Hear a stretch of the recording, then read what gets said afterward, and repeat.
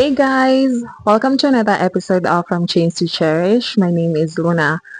Um, on today's episode, I said I was going to talk about mental health awareness month, but May ended, so I'm doing an episode on mental health, and the topic is where mental health is daily life. So, I think that mental health is a spectrum that supports your daily life to flourish, natural resilience, and thrive in all areas of your life. And also, there's this other definition: mental health affects various aspects of daily life, from work, relationships, personal enjoyment, and family dynamics. I do believe that um, routine, or I don't know, habit, or let me say morning routine, dictates how your day is gonna go. Like how you wake up, what's the first thing you do, what comes next, like all those stuff. Are the things that are gonna make you look forward to your day? Let's say you wake up, the first thing you do is making your bed, brushing your teeth, all that stuff. Maybe go for a walk or run, or just do a simple stretch and aerobics in your house or living room or whatever, or just like listen to inspiring podcasts or inspiring music, something that makes you relax, like all the activities that makes your morning routine feel healthy and feel hopeful or positive to look forward to something. Because I think when it comes to mental health, it's not a matter of perfection, it's a matter of consistency. So when you create a habit that is consistent, it makes you look forward to something. Like let's say today, we have bad days and good days. So let's say today was a bad day, and you have this amazing routine in your life. So that is something to look forward to. That is something that just makes you feel hopeful that what, tomorrow is going to be better. Tomorrow is going to be something that I look forward to. So I don't know what your routine is. Mine is I don't know if I have a routine, but I'd say my mornings are pretty hectic or basic, but every day is a learning experience, or every time is a learning experience. So here's to learning new things, to making ourselves feel better and healthier, to and living a, I don't know, I don't want to say a perfect life, but living a healthier life, from upstairs to down there, because what affects your mind definitely affects your body. So that is something that we have to work on, you know, gauge resilience and all that stuff. So when it comes to daily activities, and where, as I've said, where mental health affects daily activities. So when I was doing research, I've said about how it's important to create routine. You become consistent with your routine. It becomes a habit. You don't even have to think about, oh, after doing this, what next. It becomes enjoyable. You look forward to your day. And little tasks or hobbies, reading, watching, listening, knitting. I have a cousin of mine who's taken to knitting. I don't know if it's knitting or crochet, but yeah. So I think learning new hobbies is really good. It just it annoys your mind, detoxing all those negative thoughts and all that. And once you have hobbies or tasks that bring you pleasure, you no longer have to worry about all the negative thoughts. I mean, stress is unavoidable because we're human, we have all this stuff we're dealing with, but when you have these tasks and these other things to look forward to, I guess it just gives you hope because I think when it comes to mental health, there's a lot of hopelessness, a lot of faithlessness, restlessness, all that stuff, and it's really good for someone who's struggling mentally to have something to believe in, to have something to just make them feel like their life is not useless or their day is not something they want to wake up and feel or see. So if you're struggling out there, I want you to know you're not alone, and I hope you find your buffer, or your pillar of strength, all that stuff. And also, I think that when it comes to daily life in terms of mental health, it also affects our relationships because I think that as time goes by, there's a lot of awareness when it comes to mental health. So, I mean, definitely not much like, let's say, in rural areas, because I know in rural areas there's less understanding or exposure to mental health. I mean, I don't know about your community, but where I'm from, maybe there is information, but I don't think it's enough because I think that when it comes to awareness of mental health, awareness needs to be created daily, nonstop. So someone who's struggling with mental health or how it affects our daily lives, as I said, there are bad days and good days. You wake up, you don't want to talk to anyone, and I don't think it's bad sometimes to just wake up and not talk to anyone. And that's why I think it's important to have your people in your life because your people will understand. They just maybe look at you or maybe like read your face expression and know, yeah, today she just needs her space. And I think that's important. And for me, I think that person is my sister. My sister will literally tell if I want to talk or not.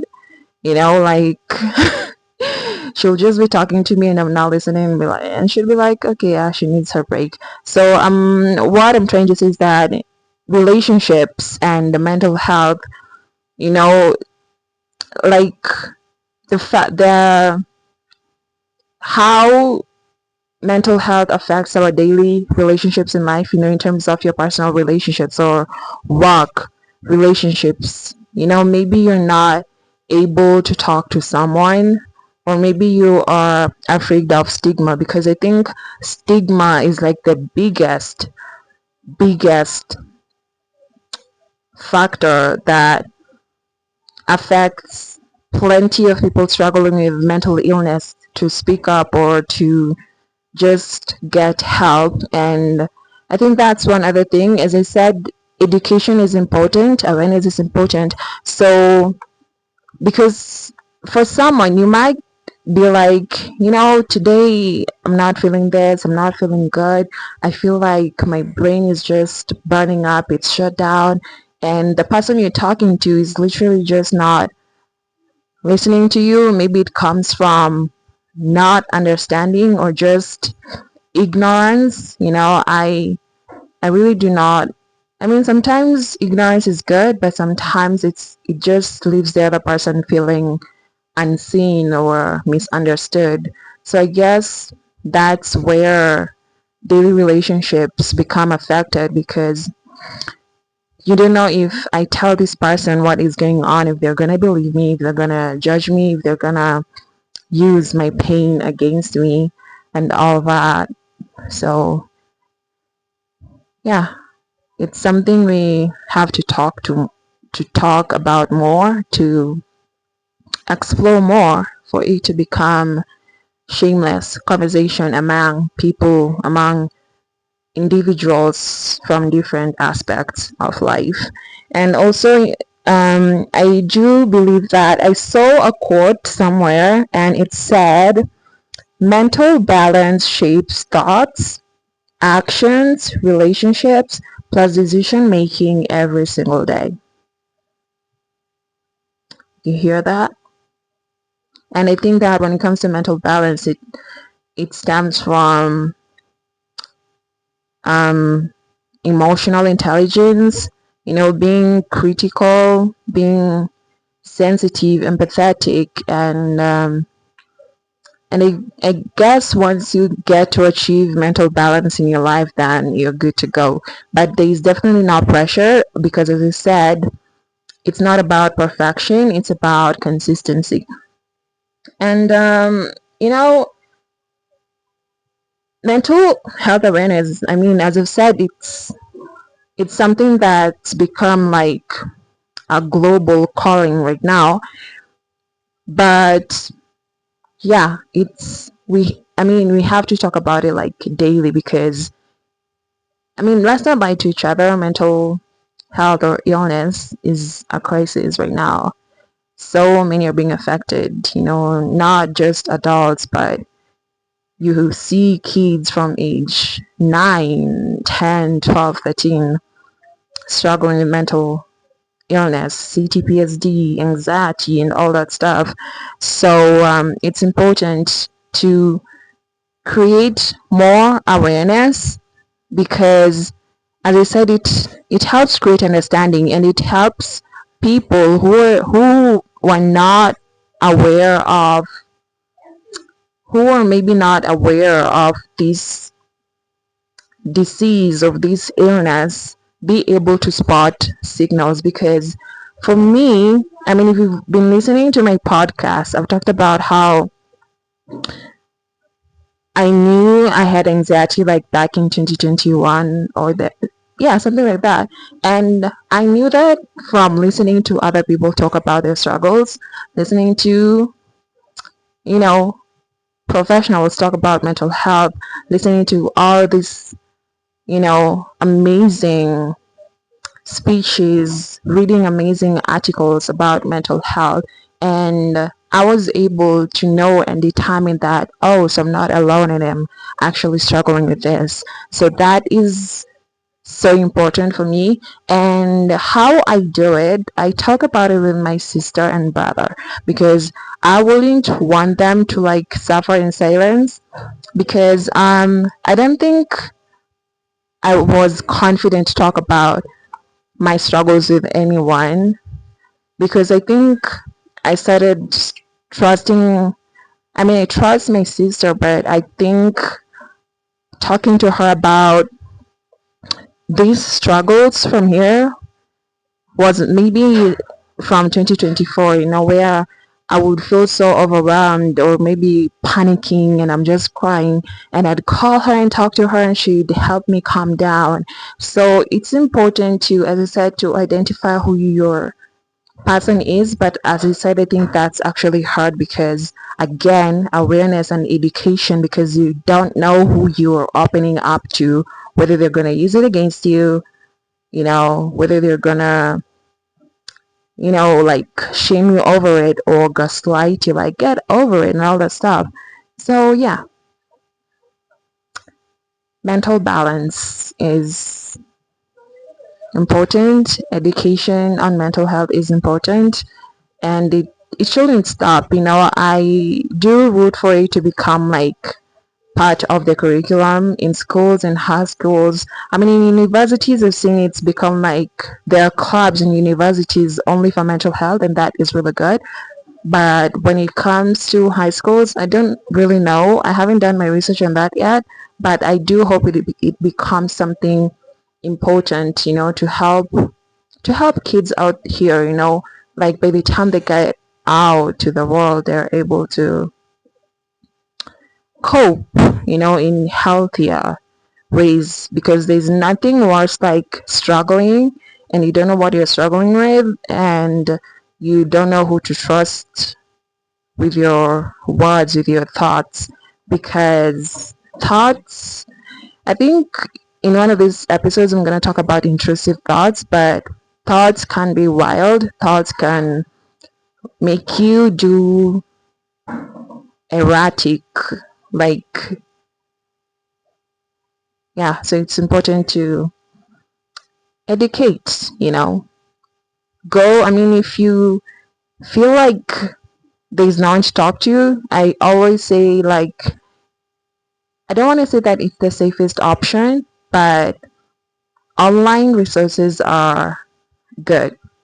Plus, we have, like, for me, okay, for me, it's like, let me say about me or how it's worked for me, like the safest option. So, but if you prefer, eye to eye conversations, well and good for you.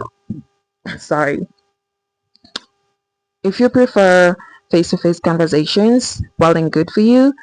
There are different options out there for you to get help, for you to get information, but I don't think that information on mental health is something that someone should feel ashamed about or be shamed about. So, looking forward to a shameless future, you know. Another thing, um,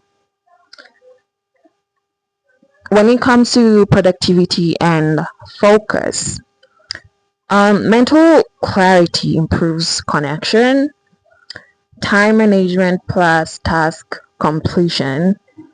So I think mental clarity is like, I don't know if it's similar to mental balance, but I think it's just being able to identify your emotions, being able to identify that you're not okay right now, you're actually struggling, it's time to get help and all that. And I think so once you achieve that clarity, then yeah, it improves your connection, time management, and task completion. Because you look at the vice versa at this point, you are struggling, it becomes so hard to get up, things you are enjoying to do become less enjoyable or becomes just too boring. So, and organized thoughts reduce distraction. So I've learned that I am an overthinker. So what I've been doing recently is journaling, and that has really been helping me because I've realized this. When I overthink, I tend to make erratic decisions, whew, which sometimes I regret, or sometimes I'm like, yeah, I guess my emotions make the better decisions. But you know, organized thoughts reduce distraction, increase intention, and just help you with your daily routine activities. So if you're someone who's also struggling with thoughts or too much thoughts, journaling has worked for me. But if journaling is not your thing, listening to music just calms you down. Whatever your taste in music is or genre. So whatever works for you. And emotional stability supports steady effort, planning persistence towards meaningful objectives. So emotional stability, I think, is just also being able to identify your emotions, being able to make decisions without them being affected by your emotions. Because trust me, most of the decisions being made by emotions are regrettable or doubtful. I've witnessed it. So, emotional stability just helps you with, I guess it gives you that mental clarity. You're able to be responsible with your tasks, with just decisions in your life or your daily responsibilities and all that. And also, hear this, positive mindset enhances creativity, problem solving skills, plus confidence in decision making. I have often struggled with confidence in my decisions. Like I make a decision, but at the back of my mind, I'm like, oh my god, was that the right one? Oh my god, what if it goes wrong? Oh my god, what if? So it's important to. I think all of this just is all about mental clarity. being able to trust yourself. I think I'm at a point where I trust myself. Confidence in my decisions is something that I am definitely working on. I mean, I won't say that like 95 of my decisions I doubt them, but let's say like I trust 85% of my decisions. And I'm not gonna be ashamed to say that sometimes I doubt myself and my decisions, asking whether they're the right ones or wrong ones. You know, I'm just human. So it's just a matter of being positive and learning to trust yourself, working towards building your self-esteem and confidence. And how I'm working towards building my confidence is, I mean, I'm confident, but I'm working on trusting my own decisions. I'm reading plenty of books and listening to podcasts, so a day at a time anyway. And when you work sorry, when you work through this, a healthier mental life supports resilience, gives you purpose and long-term growth. I wouldn't want to be the same person I was in 2021, like mentally, or the same person I was 2024 or 2025, because that person struggled a lot. That person doubted herself a lot. And looking at my version in 2026, I guess I've become more hopeful. I've become more determined, and I'm just so grateful to God, to be where I am, to not being able to. Do the okay, let me say this. So for someone who struggles, because there are days where I will cry a lot, you know. I don't feel like doing anything, like I'm just there, and sometimes I look back during those times and I'm like, wow, that is actually growth. Because right now, I guess sometimes, yeah, I do, like, sometimes it becomes too much, but I don't think it's gotten to the part where it was like in those years 2021 and 2024, because that's actual growth. I've practiced journaling a lot, so any feeling I have that has become too much, I either write it, or I have a I have an audio diary and I just record it, and it just helps me calm down. And if it becomes too much, I listen to music. So that's why I say it's important to learn. It also self-care. It's important to learn what helps you unwind, what helps you to stop overthinking, or what helps you organize your thoughts. And for me, it's journaling or listening to music. I can listen to music non-stop for up to 5 hours, and by the time I'm done, you know I'm just able to, like, okay, so I was feeling this, but you just give yourself hope. And sometimes I think they say it's not good to worry about the future, but sometimes what I see in my future, the woman I am in my future, is sometimes what gives me hope or gives me something to look forward to. So yeah, sometimes it's just better to, like, close your eyes and ask yourself, who do you see in the next this period of time? And if that passing is something you can work on to become, that is something to look forward to, definitely. So I guess that's it for today's episode. Because mental health is something we all have to talk to on a daily basis, with our friends, with our family members. But Until next time, I'm just gonna repeat the quote. Improving mental health does not require perfection. It's all about consistency.